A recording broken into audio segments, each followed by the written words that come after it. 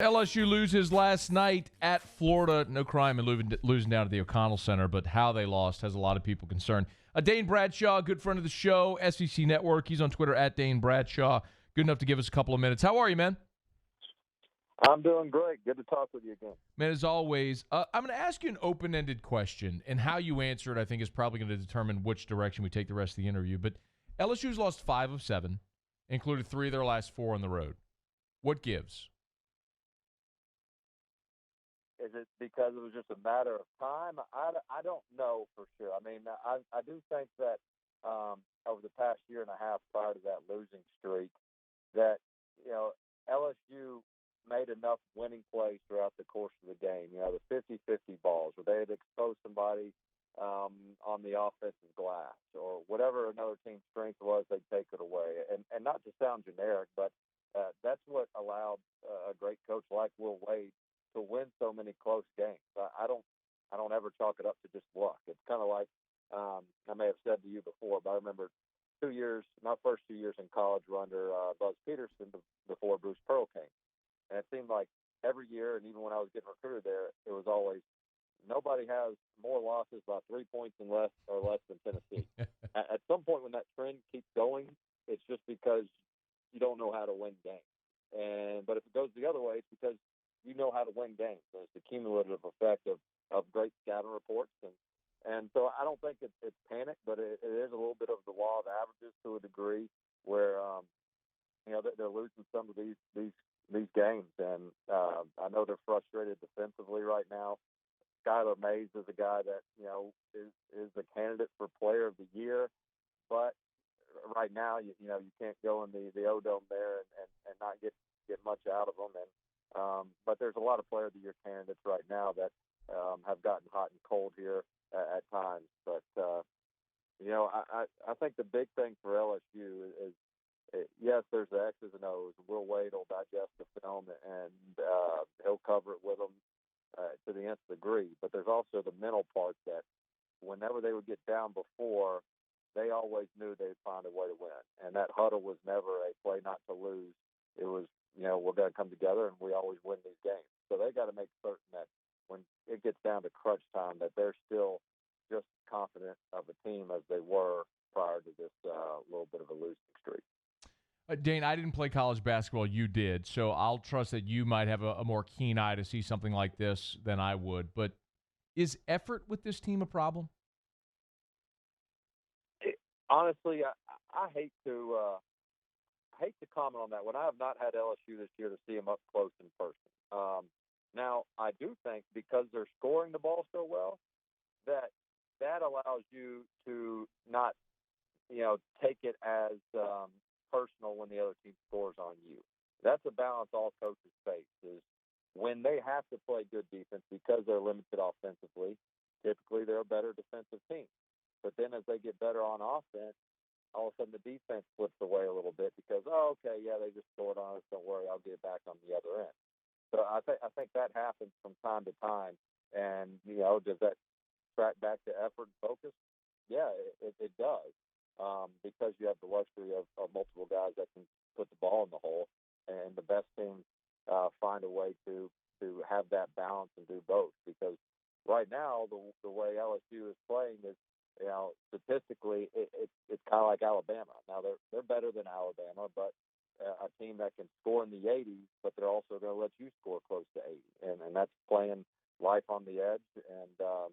And now they've lost a few games, and I think that maybe that'll help turn it around a little bit because, look, Florida's a good team, but they play a slow style of play.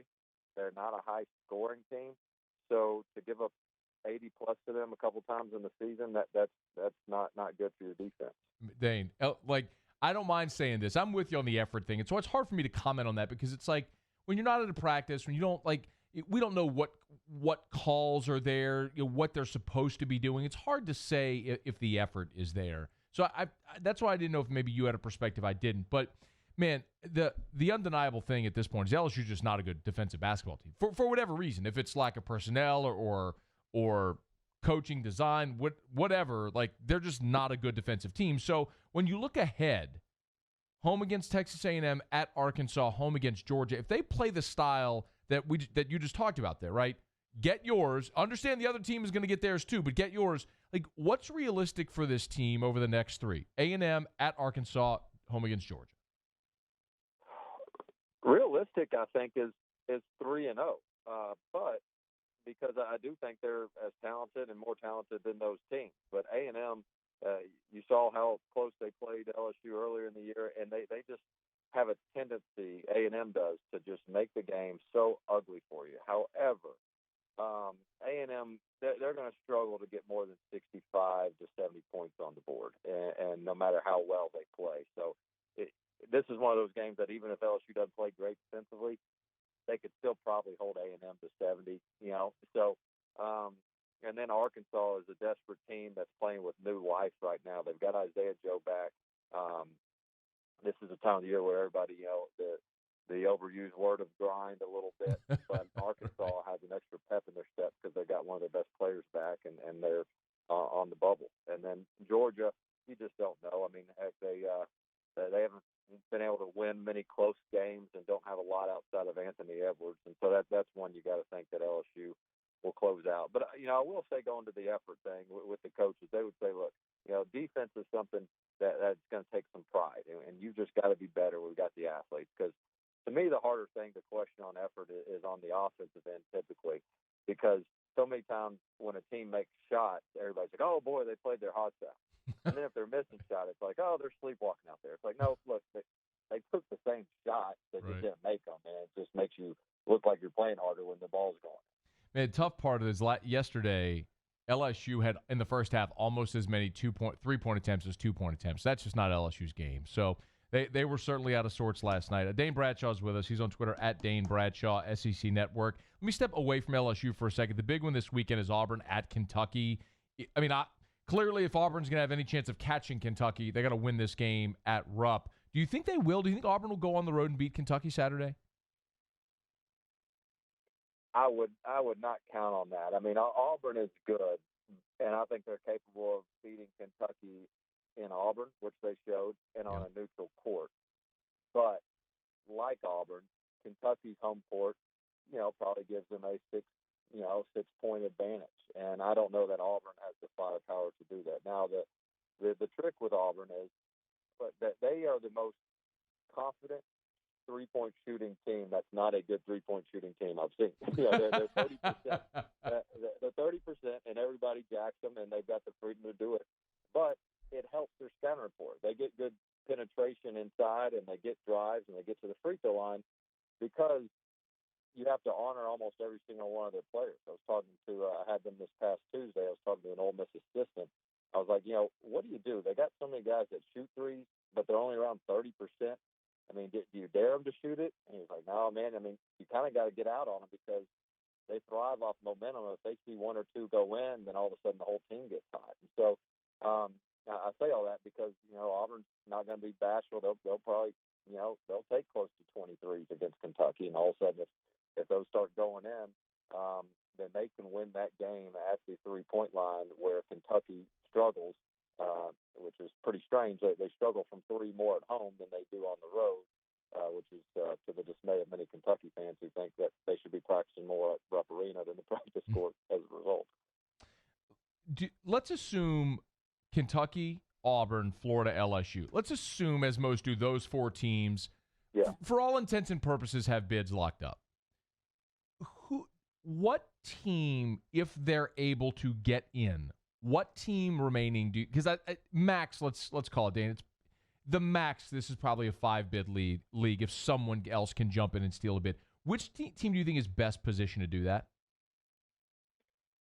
It seems crazy when you look at their conference record, and I'm a little bit biased because I've had them so many times this year, but I trust Arkansas as much as any of them, and it's going to be really unique or interesting to see how the committee views Arkansas's resume. So for those who hadn't followed the Razorbacks, they were a great non-conference story. Got off to a good start in conference play.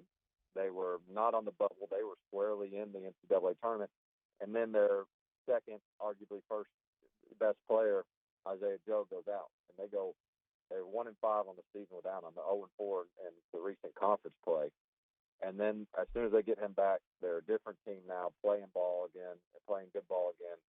And I think they're an exception to where usually you say, Joe Lunardi will say you can't have an under 500 record in your conference play and get in. But he was even on the broadcast with us a week ago, and he said he agreed that he thought Arkansas could be the exception. They could finish 8-10 in conference play as long as you don't, embarrass yourself in the SEC tournament. Then you can get in, and so they just are. They're better than what their record shows right now because of that injury, and I like them as much as South Carolina, as much as Mississippi State. Great perspective as always. And LSU will be up at Bud Walton Arena next week. Dane Bradshaw, SEC Network. Y'all follow him on Twitter at Dane Bradshaw. And man, always appreciate a couple of minutes, man. Thanks for squeezing us in. Anytime. Thanks a lot. Okay, bud. We'll see you.